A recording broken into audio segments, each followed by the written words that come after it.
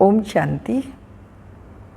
9/7/2024 के साकार अनमोल धारणा युक्त ईश्वरीय महावाक्य। मीठे बच्चे, सच्चे बाप के साथ अंदर बाहर सच्चा बनो, तब ही देवता बन सकेंगे। तुम ब्राह्मण ही फरिश्ता सो देवता बनते हो। क्वेश्चन है, इस ज्ञान को सुनने व धारण करने का अधिकारी कौन हो सकता है? आंसर, जिसने ऑलराउंड पार्ट बजाया है, जिसने सबसे जास्ती भक्ति की है, वही ज्ञान को धारण करने में बहुत तीखे जाएंगे, ऊंच पद भी वही पाएंगे।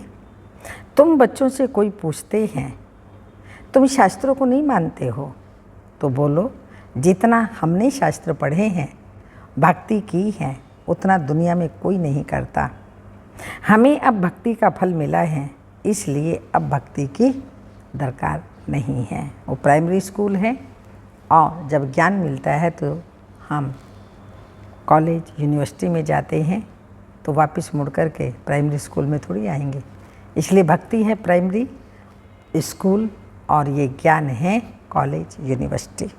ओम शांति। बेहद का बाप बेहद के बच्चों को बैठ समझाते हैं। सभी आत्माओं का बाप सभी आत्माओं को समझाते हैं, क्योंकि वह सर्व का सद्गति दाता है। जो भी आत्माएं हैं, जीव आत्माएं ही कहेंगे, शरीर नहीं तो आत्मा देख नहीं सकते। भल ड्रामा के प्लान अनुसार स्वर्ग की स्थापना बाप कर रहे हैं, परंतु बाप कहते हैं मैं स्वर्ग को देखता नहीं हूँ। जिनों के लिए वही जिनों के लिए है वही देख सकते हैं। बच्चों के लिए बाबा स्वर्ग बनाता है, बच्चे ही स्वर्ग में राज्य करते हैं, वही देखते हैं। तो बाबा कहते हैं वही देख सकते हैं। तुमको पढ़ाकर फिर मैं तो कोई शरीर धारण करता ही नहीं हूँ, तो बिगर शरीर देख कैसे सकूँगा? ऐसे नहीं जहाँ तहाँ मौजूद हूँ, सब कुछ देखते हैं, नहीं तो बिगर शरीर देख कैसे सकेंगे? बस सिर्फ देखते हैं तुम बच्चों को, जिसको गुल गुल फूल बनाकर याद की यात्रा सिखलाते हैं।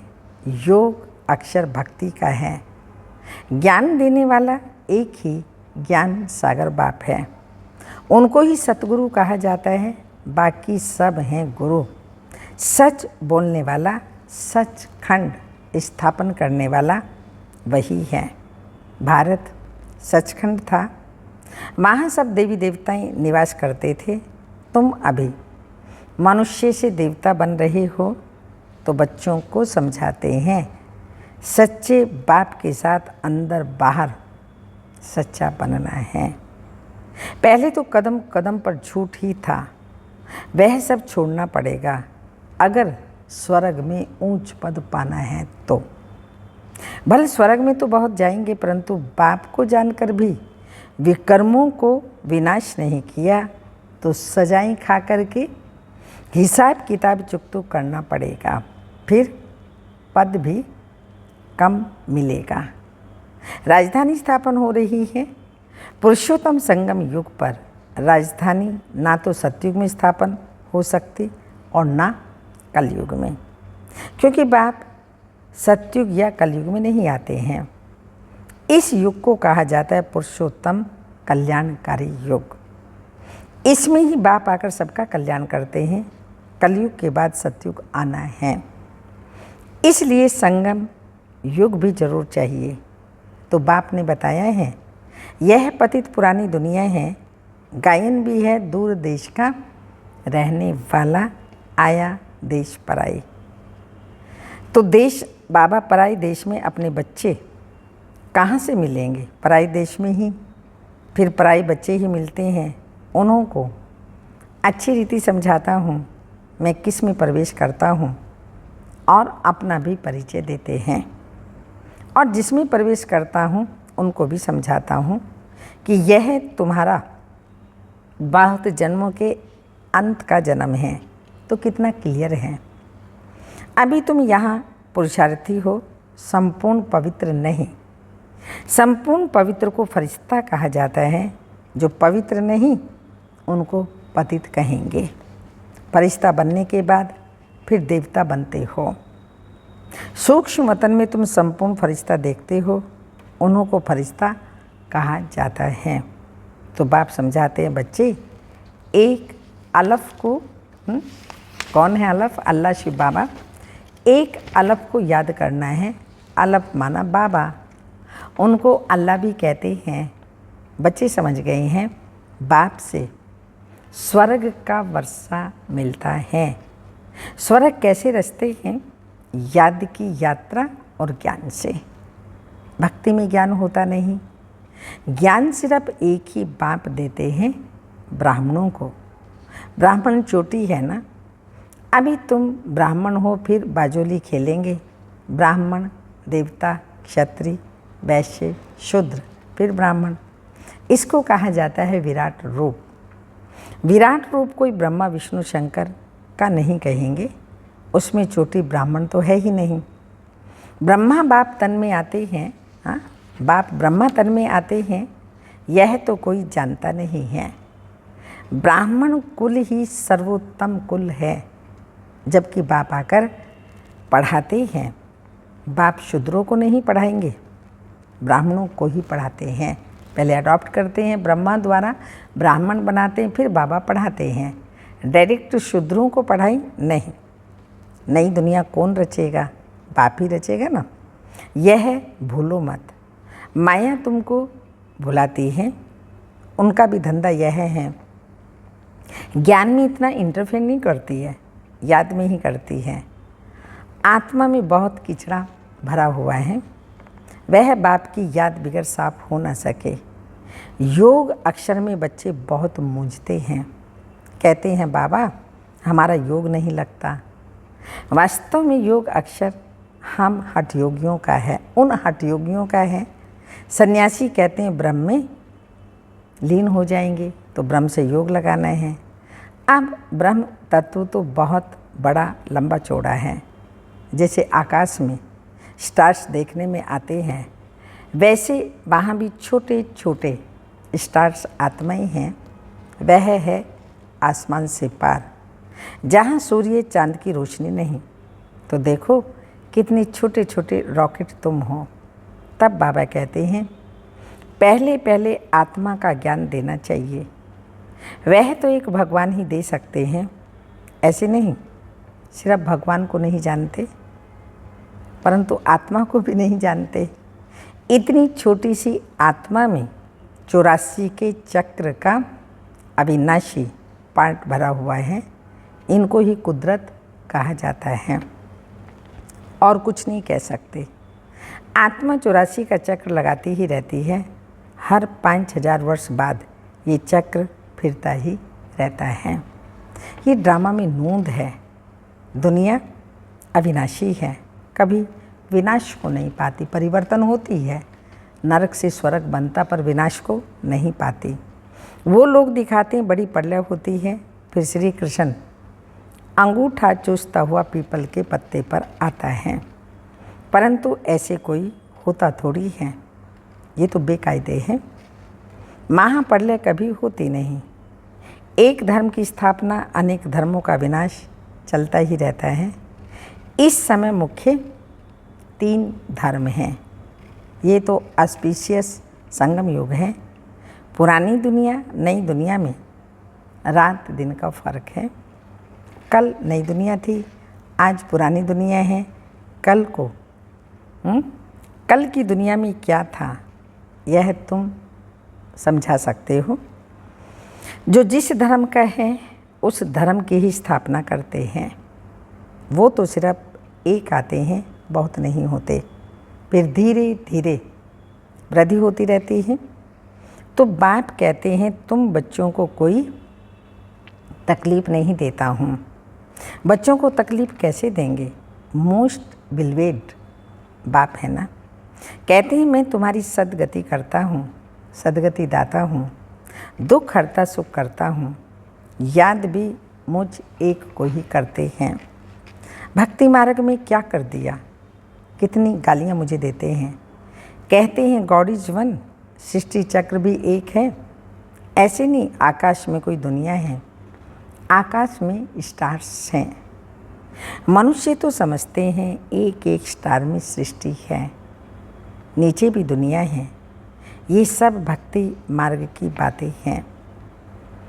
ऊंच ते ऊंच भगवान एक हैं, कहते भी हैं सारी सृष्टि की आत्माएं तुम्हारे में पिरोई हुई हैं। ये जैसे माला है, इसको बेहद की रुद्र माला भी कह सकते हैं। सूत्र में बांधी हुई है, गाते हैं परंतु समझते कुछ भी नहीं। तो बाप आकर समझाते हैं, बच्चे मैं तुमको जरा भी तकलीफ नहीं देता हूँ। यह भी बताया है जिन्होंने पहले पहले भक्ति की है वही ज्ञान में तीखे जाएंगे। भक्ति जास्ती की है तो फल भी उनको जास्ती मिलना चाहिए। कहते हैं भक्ति का फल भगवान देते हैं, वह है ज्ञान का सागर, तो जरूर ज्ञान से ही फल देंगे। भक्ति के फल का किसी को भी पता नहीं है। भक्ति का फल है ज्ञान, जिससे स्वर्ग का वर्षा मिलता है तो फल देते हैं, अर्थात नरकवासी को स्वर्गवासी बनाते हैं। एक बाप ही बनाते हैं। रावण का भी किसी को पता नहीं है, कहते भी हैं पुरानी दुनिया है। कब से पुरानी है वह हिसाब नहीं लगा सकते। बाप है मनुष्य सृष्टि रूपी झाड़ का बीज रूप सत्य है, वो कभी विनाश नहीं होता।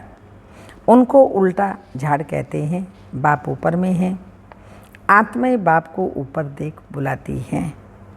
शरीर तो नहीं बुला सकता, आत्मा तो एक शरीर से निकल दूसरे में चली जाती है। आत्मा न घटती है न बढ़ती है, ना कभी मृत्यु को पाती है। ये खेल बना हुआ है। सारे खेल के आदि मध्य अंत का राज बाबा ने बताया है, आस्तिक भी बनाया है। यह भी बताया कि लक्ष्मी नारायण में ये ज्ञान नहीं है। वहाँ तो आस्तिक नास्तिक का पता ही नहीं रहता। इस समय बाप ही अर्थ समझाते हैं। नास्तिक उनको कहा जाता है जो न बाप को न बाप के रचना के आदि मध्य अंत न ड्यूरेशन को जानते। इस समय तुम आस्तिक बने हो। वहाँ ये बातें ही नहीं है, खेल है ना। जो बात एक सेकंड में होती है वह फिर दूसरे सेकंड में नहीं होती। ड्रामा में टिक टिक होती रहती है।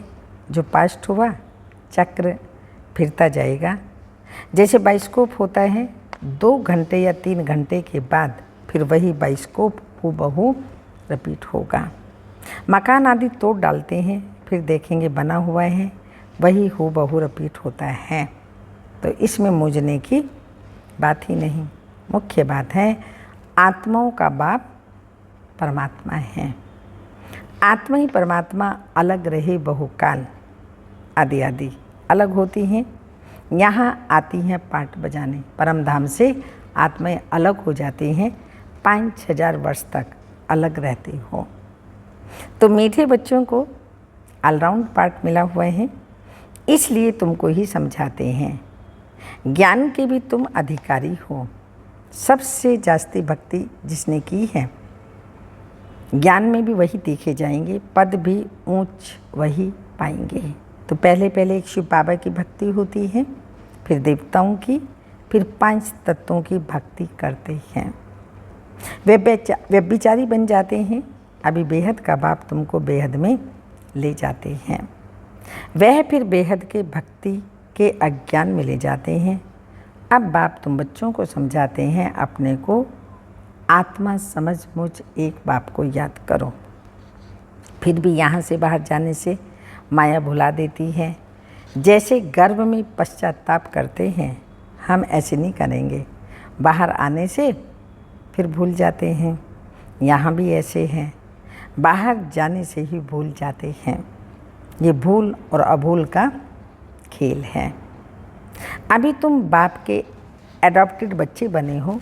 शिव बाबा है ना, वह है सब आत्माओं का बेहद का बाप। बाप कितना दूर से आते हैं, उनका घर है परम धाम। परम धाम से आएंगे तो ज़रूर बच्चों के लिए सौगात ले आएंगे। हथेली पर बही सौगात ले आते हैं। बाप कहते हैं सेकंड में स्वर्ग की बादशाही लो। सिर्फ बाप को जानो, सभी आत्माओं का बाप तो है ना। कहते हैं मैं तुम्हारा बाप भी हूँ। मैं कैसे आता हूँ वह भी तुमको समझाता हूँ। मुझे रथ तो ज़रूर चाहिए। कौन सा रथ? कोई महात्मा का तो नहीं ले सकते। मनुष्य कहते हैं तुम ब्रह्मा को भगवान, ब्रह्मा को देवता कहते हो। अरे हम कहाँ कहते हैं? झाड़ के ऊपर एकदम अंत में खड़े हैं, जबकि झाड़ सारा तमो प्रधान है। ब्रह्मा भी वहाँ खड़ा है, तो बहुत जन्मों के अंत का जन्म हुआ ना, तो भगवान व देवता कैसे हुआ? पतित शरीर हो गया। बाबा खुद कहते हैं मेरे बहुत जन्मों के अंत के जन्म में जब वानप्रस्थ अवस्था होती है तब बाप आते हैं। ये ब्रह्मा बाबा कह रहे हैं, जो आकर के धंधा आदि छुड़ाया। 60 वर्ष के बाद मनुष्य भक्ति करते हैं भगवान से मिलने के लिए। बाप कहते हैं तुम सब मनुष्य मत पर थे, अभी बाबा तुम्हें श्री मत देते हैं। शास्त्र लिखने वाले भी मनुष्य हैं। देवताएं तो लिखते नहीं, ना पढ़ते हैं। सतयुग में शास्त्र होते नहीं, भक्ति ही नहीं। शास्त्रों में सब कर्म कांड लिखा हुआ है, यहाँ वह बात ही नहीं है। तुम देखते हो बाबा ज्ञान देते हैं। भक्ति मार्ग में तो हमने शास्त्र बहुत पढ़े हैं। कोई पूछे तुम वेदों शास्त्रों आदि को नहीं मानते हो? बोलो जो भी मनुष्य मात्र हैं सबसे जास्ती हम मानते हैं। शुरू से लेकर अव्यभिचारी भक्ति करने हमने की है। अभी हमको ज्ञान मिला है, ज्ञान से सद्गति होती है। फिर हम भक्ति को क्या करेंगे? बाबा कहते हैं बच्चे hear no evil, see no evil आदि आदि। तो बाप कितना सिंपल रीति से समझाते हैं। मीठे मीठे बच्चे अपने को आत्मनिश्चय करो, मैं आत्मा हूँ। वह कह देते हैं अल्लाह हूँ। तुमको शिक्षा मिलती है मैं आत्मा हूँ, बाप का बच्चा हूँ। यही माया घड़ी घड़ी बुलाती है। देह अभिमानी होने से ही उल्टा काम होता है। अब बाप कहते हैं बच्चे बाप को भूलो मत, टाइम वेस्ट मत करो। अच्छा, मीठे मीठे सिक्की लदे बच्चों प्रति माता पिता बाप दादा का याद प्यार। Good morning, diamond morning. रूहानी बाप की रूहानी बच्चों को नमस्ते। हम रूहानी बच्चों की रूहानी माता पिता बाप दादा को याद प्यार। गुड मॉर्निंग, डायमंड मॉर्निंग, ओम नमस्ते। धारणा के लिए मुख्य सार है रचयिता और रचना के राज को यथार्थ समझ आस्तिक बनना है। ड्रामा के ज्ञान में मूंझना नहीं है। अपनी बुद्धि को हद से निकाल बेहद में ले जाना है। सेकंड पॉइंट, सूक्ष्म तनवासी फरिश्ता बनने के लिए संपूर्ण पवित्र बनना है। आत्मा में जो किचड़ा भरा है उसे याद के बल से निकाल साफ करना है। वरदान, ईश्वरीय रस का अनुभव कर एक रस स्थिति में स्थित रहने वाली श्रेष्ठ आत्मा भव। स्पष्टीकरण, जो बच्चे ईश्वरीय रस का अनुभव कर लेते हैं उनको दुनिया के सब रस फीके लगते हैं। जब है ही एक रस मीठा तो एक ही तरफ अटेंशन जाएगा ना।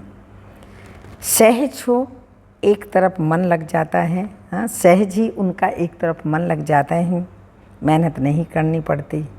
बाप का स्नेह, बाप की मदद, बाप का साथ, बाप द्वारा सर्व प्राप्तियां सहज एक रस स्थिति बना देती हैं। ऐसी एक रस स्थिति में स्थित रहने वाली आत्माएं ही श्रेष्ठ हैं। स्लोगन, किचड़े को समाकर रतन देना ही मास्टर सागर बनना है।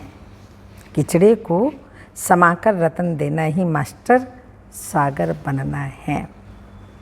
ये अव्यक्त इशारा कोई अपने संस्कार स्वभाव के कारण आपके सामने परीक्षा के रूप में आए, लेकिन आप सेकंड में अपने श्रेष्ठ संस्कार से एक की स्मृति से ऐसी आत्मा के प्रति भी रहम दिल का संस्कार व स्वभाव धारण कर लें, यही है उपकार करना। रहम दिल का संस्कार स्वभाव धारण कर लो, यही है उपकार करना। ओम